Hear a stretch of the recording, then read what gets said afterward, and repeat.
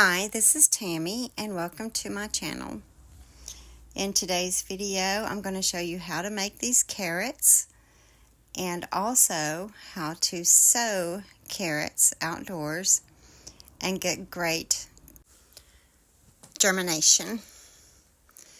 So I'm doing a little bit of an experiment here, and for the first time ever, I'm using this seed tape. And I have some for carrots and also for beets. So the seeds are encased inside this paper tape, and you plant it and it helps the seeds to stay in place. And I have always just sown the seeds by hand and never tried this method. This is a method that you could also make yourself using toilet paper. You can do your own seed germination tape. But this one I bought at the store, and I have the exact same carrot seed packet that's just loose seeds, and then I have this one. So they are both the scarlet carrots, exactly the same, except that one is wrapped in the paper tape and the other one is loose. So what I want to do is do them side by side. This is showing the beets, and I'm going to do the same thing with them. But I'm going to put the rows side by side of the carrots, one with the tape and the one next to it also by hand, and then do the tape again and then by hand again. And I want to see which one germinates the best and what kind of germination I get from them. So here I have 3 rolls of the carrots already laid out, the ones that are on the germination tape. And in between those and to the left side of those, in the middle, I will be making another roll and sowing those seed by hand. So here I'm just pressing the paper down to get good contact with the soil. And I will be doing the same thing with the beets when I do that side. And then in between the carrots and the beets, I have scallions planted. And they're already up. They're the ones that I started indoors. So all of these are companion plants, which means that they do well planted together. So now I'm just going to sprinkle some loose dirt over the top of these. And if there's anything in there, like little gravels or chunks of wood or whatever, I take those out so that there's no interference with the seeds being able to come up. And also, before I even put the tape down, I filled the bed with 3 bucketfuls, like a 5-gallon pickle bucket, full of compost, and I worked that into the soil. And I went down as deep as the carrots will grow according to what the chart says on them. So anytime that you're planting carrots, you need to go as deep as the carrots may possibly get so that the root has room under there to grow. If the soil is real compacted, it'll interfere with the root system and the carrot won't grow like it should. So I'm putting about a 1/2 inch of soil over the top of the tape, and I'll be doing that to all 3 rolls. Okay, I'm finishing up the last roll here of covering up the tape. And if you look at the end of the roll there, I've put little white markers there. And that is so that I will remember the white markers have the white paper with the seeds enclosed in them. And that's just until these sprout, I need to remember which ones are which. and even after they sprout, because they're the same carrot.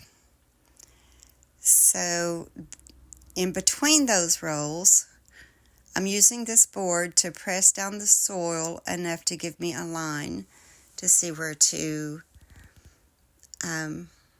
sow the ones that I'm doing by hand. And all this is really doing is just marking this space for me so that I can make a straight line down through there. And then I'll sow the seeds by hand once I get this done. Okay, so I have the seed packet in my hand there. And I'm just getting out the amount of seeds that I might possibly use. I end up not using all of them that I get out. But I'm trying to be careful and sow them so that I have enough even to allow for some not to germinate. But also so that I don't over sow them and end up with a lot of them that have to be pulled out. So I'm trying to match what the seed tape has as closely as possible. So I'm just kind of scattering like every 2-3 inches at the most. I'm trying to put down 2 to 3 seeds. But sometimes it's more than that, so it's just really hard to control them that way. Okay, I'm finishing up the third roll there. And now I just need to cover them with dirt. Okay, I'm about to get those rows covered with the dirt. And again, it's about 1/2 inch that you sprinkle over the top of it. And I also put down some little stick markers to mark those rows. So the sticks indicate the ones that I put in there by hand, and the white markers indicate the ones that are in the white paper tape. And now with your water hose turned on a light mist, spray the top of them so that the top inch at least is nice and wet. And before I started any of this, I sprayed the whole bed down really good. But still, I added some dry things on top, so that's why I'm spraying it again. And so with my, the way that I germinate these, it will stay moist for the period of time that it germinates. And this is what I'm doing with them. So once I got all the carrots sown, I used a piece of plastic that's semi-transparent. This is actually like plastic drop cloth. And I spread it over the whole top of that half of the bed. And then I secured it on the bed with some staples, just stapling it directly onto the bed, and also some bricks. But before I put that down, I put 2 boards going across the bed so that they will help, like from the front of the bed to the back of the bed, so that they will help hold that plastic up in case that it rains or something gets on it. It won't go down onto the bed itself. And then I also put those bricks there to kind of help hold it in place. And I left an opening where I can just move a brick and open it up and peek in at them and see if they're germinated yet. Because once the majority of these have germinated, I'll remove the plastic. I'm not covering them to keep them warm. I'm covering them to keep moisture in so that they don't dry out. And I'm showing you the staples there where I've kind of stapled it down. And this plastic should last maybe another year of doing this. And then I'll probably have too many holes in it to use it again. There I'm showing you the other side of that bed, and that's where I'll be putting the beets at. So I have used this method for the past 2 years growing carrots. And beets are kind of hard too, but carrots especially are hard to get to germinate. They have to have continuous moisture. So even if they dry out for even just a couple hours, they can fail to germinate. And if you go to work or you're gone somewhere for the day and the sun's out, you could come back and your bed be dry and you've lost most of your germination, if not all of it. But for the past 2 years, I've been able to do this, and I've got really good germination both times. So this will be the 3rd year of trying it. I also put bricks down there on the side. I just had the plastic go down on the side and put bricks there so that it will hold the plastic down and help hold that moisture in. Okay, now it's time for the beets. So I have this packet, which is the beets that I'm going to be planting that have they're in the tape. And then I have the same kind of beets that I will be hand sowing and doing the same experiment with them that I did with the carrots. So I'm going on the other side of the scallions and doing exactly what I did with the carrots over there on that side.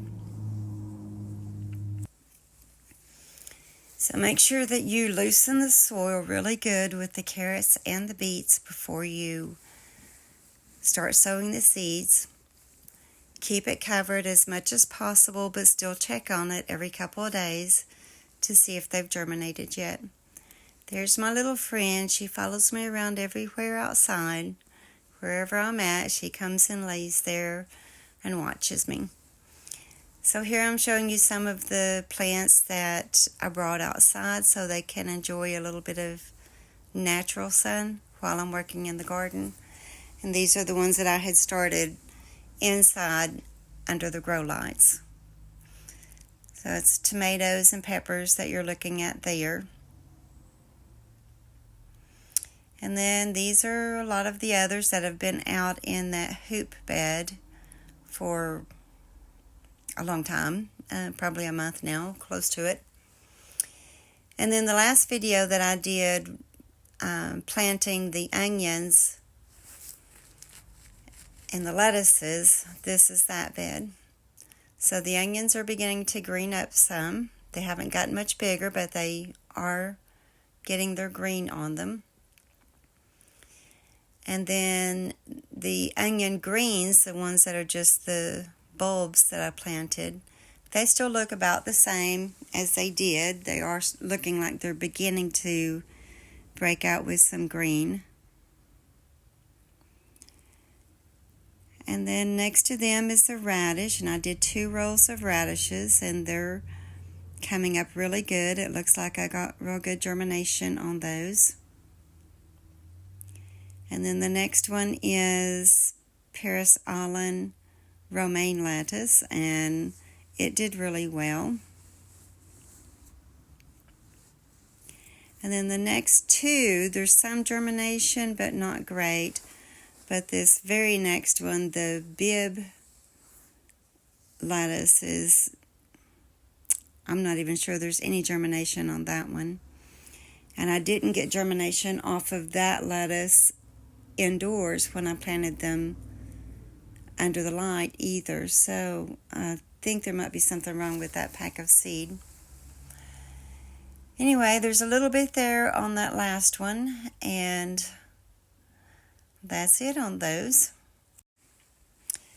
And now it's time to make the carrots that I was talking about, the ones I showed in the thumbnail.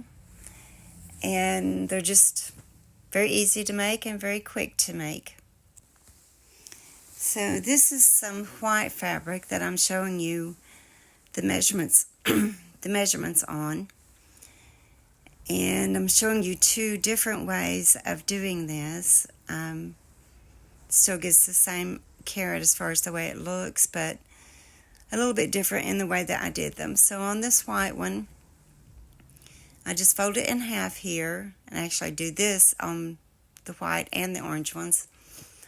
But I cut out a triangle of sorts, and you can kind of curve it however you want to. If you want your carrot to look a little crooked, then put a little bit of a curve in it. And if you don't want it quite that long, then you can stop wherever you want to and cut it off and make a new top. So that's how long mine will be. And that's kind of a thick fabric, and it doesn't ravel. So I like using it, but it's to turn it right side out after you've sewn it. So I just do a running stitch. Make sure you put a knot in the end of your thread and use a thread that's pretty strong. And do a running stitch all the way around the top of it after you have sewn it on the machine. And because this doesn't ravel, I didn't turn, like make a hem in the top of it. I just sewed right along the top. And then stuff it with your polyfill.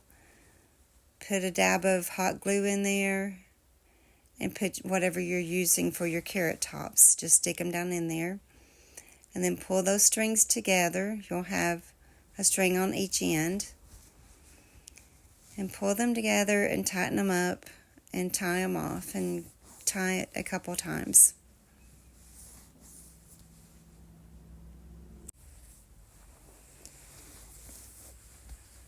I really think this one is a very quick way to do it. And I know white carrots may seem a little strange to some people, but there is actually a hybrid of carrots that is white. But anyway, orange is what I think of when I think of a carrot. And so this is the orange fabric. And I sewed it and cut it the same way. This one does ravel. So after I turn it right side out and stuff it, then I need to turn that top down to make a seam there and sew the seam closed. And while I'm sewing the seam closed, that is also going to be the thread that I use to pull it tight after I finish sewing it and put the carrot tops in. So still make sure you've got a knot in the end of it, and just do a slip stitch or a running stitch, whatever you want to call it, all the way around the piece while you've got it turned under. And it gives a little bit of a different look if you turn it under or if you don't. But if it is one that ravels easily, then you really need to plan to make that hem in the top of it. Okay, so once you've got that sewn all the way around, don't pull it closed yet. Put your glue in there, and I use hot glue with this. And I allowed my glue gun to get pretty hot, so it almost looks like it kind of burnt the hot glue when I put it in there. And so I had to kind of wait a little bit before I put the carrot tops in there so it wouldn't melt them. This is the greenery that I'm using for the carrot tops. And this was actually some greenery that I took off of an old wreath that I had.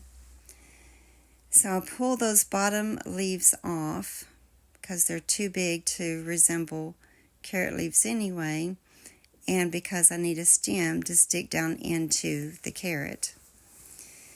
And I'm using 3 pieces of greenery in each carrot. And I used this same greenery and did it the same way in the white carrot that I made. So just position them kind of the way you want them to look. And I just hold them together with my finger or with one hand. I'm kind of off screen there, but okay. Put your glue in there, and I just put it right in the center of the polyfill that I have there.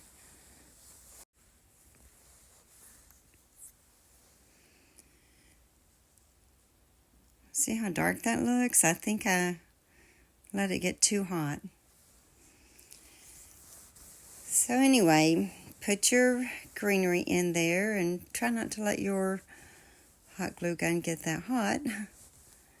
And then once you've got it in there, then kind of hold it in there with one hand and pull the string with the other. And remember, you've got the knot on the other end of it, so it's going to hold. You're only pulling one string to tighten it up. And then once you finish tightening it up, I just go back through with the needle and thread and kind of go back and forth to tie a knot in it and to kind of hold that tightness that it has. I'm sorry about my voice. Sounds like I'm getting hoarse again or something. Not sure what that is, but anyway, sew this closed and make sure you make a knot and secure your thread in there. And then clip your thread off, and it's actually done. I think these look great in just a wood bowl or setting on your kitchen table. You can make them to give as gifts, just to sit around in your kitchen to remind you that spring is on its way. Also, don't forget that Easter is on its way. And then make a great little addition to an Easter basket for your favorite little person. I hope you've enjoyed the video, and if you have, please like and subscribe. May God bless you, and I hope you and your family have a very wonderful day.